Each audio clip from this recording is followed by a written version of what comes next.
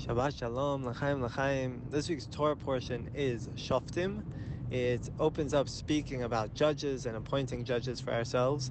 It goes on to talk about the laws of kings and prophets. It talks about sorcery, magic, and divination, different types of idolatry that were prevalent at the time. It has the famous line of man is a tree of the field. Accompanied by that is the halachas to destroy all the Asherah trees that the Jews were to find in Israel, which was a different type of idolatry. And the end of the Torah portion speaks about the Egla Arufa. What I wanted to focus on was something that I read this week from the Noam Elimelech. It was a very interesting explanation of the beginning of the Torah portion, which says, Shoftim v'shotrim titen lecha b'kol sha'arecha. They should place judges and officers at all of your gates.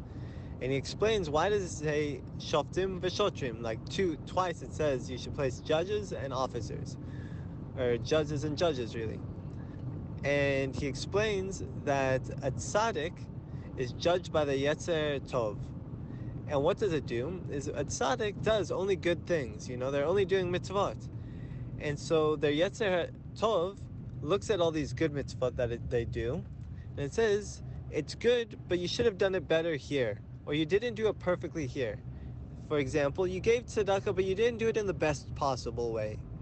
Or whatever, you gave truma, but you didn't do it in the best possible way. And in that way, it judges him. And it makes him think, okay, I need to do better. But a Rasha, the Noam Elimelech says, is judged by the Yetzer Hara. And what does the Yetzer Hara tell him?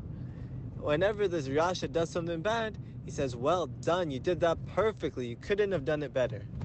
And he basically encourages him, saying that all of these bad deeds that he's doing perfectly, that they're all right, they're all truth, he's doing the right things, and it convinces him that that's the case, and this Rasha believes him all. He says, but then you get a Beinoni, and the Beinoni is judged by both, the Yetzer Hara and the Yetzer Tov. And what I find so interesting about this understanding is that it really applies to all of us. It's saying that not only should we appoint judges for ourselves, but that we judge ourselves every day. And sometimes I do something bad, but I tell myself, I did that perfectly. Oftentimes when I'm wrong about something, I say, no, everyone else is wrong. I know I'm right. I did this perfectly. I couldn't be wrong about this thing. And in that case, and in many cases, a person who wants to be righteous, who wants to be a tzaddik, should always be looking at themselves and judging themselves by the Yetzer Tov standards. They should be saying, maybe I did do right, but you know what, I can always do better. And maybe this person is giving me criticism, is giving me the advice I need to do better. Or maybe they're doing something good, and they still look at it with the Yetzer Tov's eyes, and they say, you know what, I could have done it even better. How could I do it better? So I think that's the message that I've taken out from this week's Torah portion, is that we must judge ourselves with the Yetzer Tov. We must always strive to be better.